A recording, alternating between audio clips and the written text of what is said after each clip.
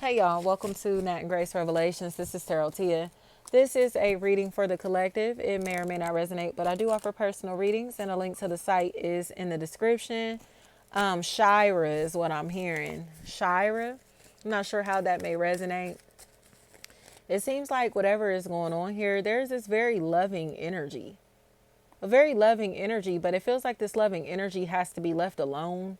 Like somebody is knowing that they have to leave somebody alone, or kind of in a position to where they're ready to let go of something or somebody despite like how they act, how they move. But it's because of like their lack of motivation. They may not have a job. They may not be able to physically be available in some type of way. And it may be exhausting somebody because they're sitting in almost like lying to themselves or denying that they're unhappy. You know, I think somebody is in a place to where they don't want to accept their reality. So despite whatever is going on here, they'll keep pretending that everything is okay or that they feel safe or feel okay in this situation, especially if there's a sibling. That's a factor. They're acting like they're okay, but they aren't okay. And they're growing increasingly angry because they know what somebody is doing.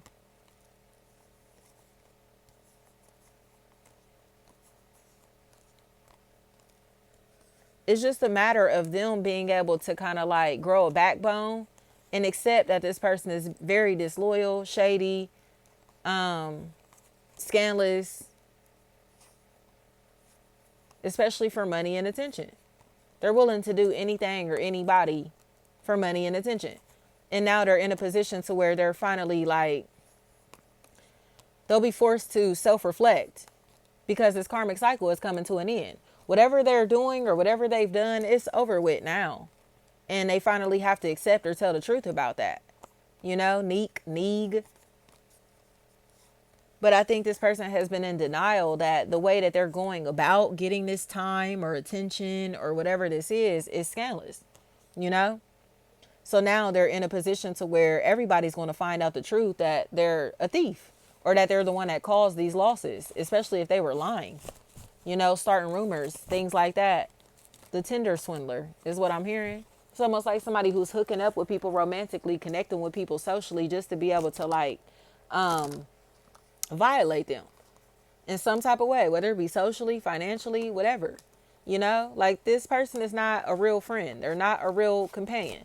They're not a real, you know, a solid employee. Like whatever this is, like, they're here to take. They're here to take. And it's like there's this state case, like the state versus this person that's about to become a really big factor. You know, and in my opinion, I feel like it's becoming a factor because of how many victims they've had in this situation. It's not going to be just one victim versus this person. It's going to be hella victims versus this person. And they're going to wind up regretting the fact that they victimized all of these people. Reeve. But what can you do about that? You know, this person put themselves in a position to where they've been, using other people's time, money, energy, and running off with it, you know?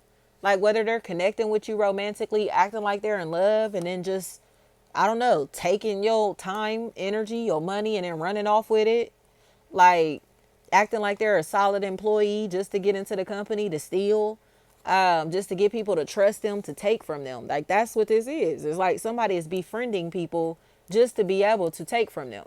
And this is very predatory, you know, like, I don't care if you work with this person and like you get cool with your coworker and the next thing you know, your coworker is like fucking you over. It's something like that. That's a really big factor with these people or this person.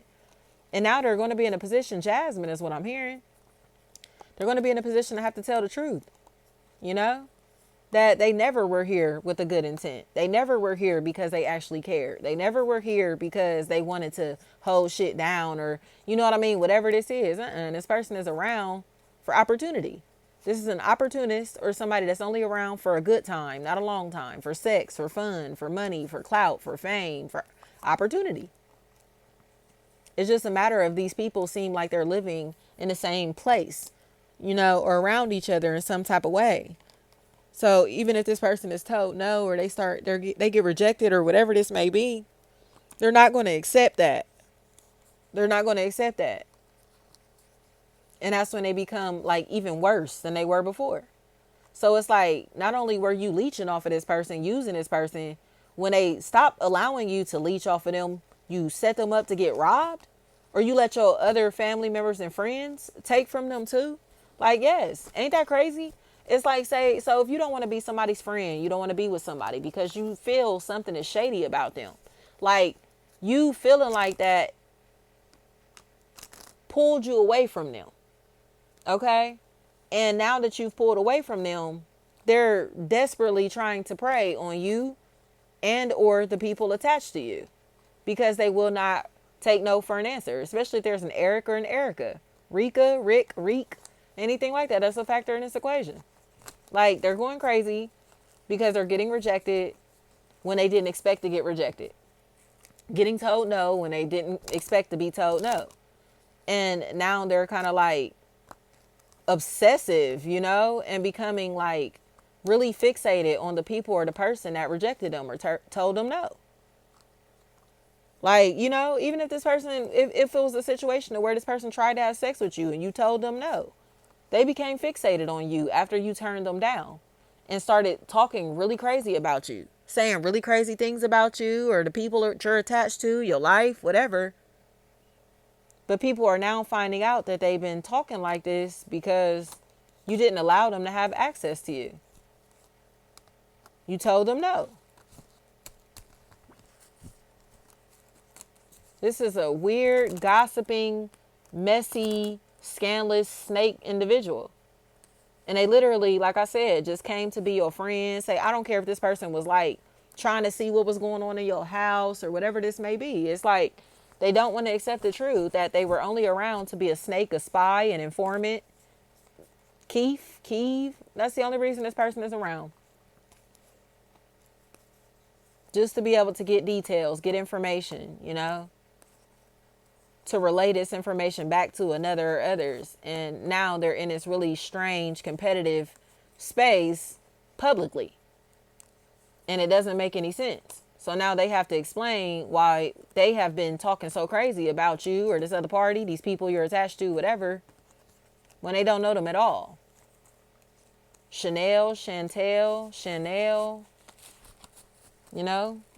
because they've been targeting you for so long that they forgot that you weren't their op in real life. They've been talking crazy about you for so long subliminally that they forgot that you're not their op in real life. You get what I'm saying? I think that's the craziest part in this situation is like, I think this person has secret beef, secret animosity, or some type of like agenda here. And you aren't attached to this person in this type of way for them to have any type of agenda towards you like this.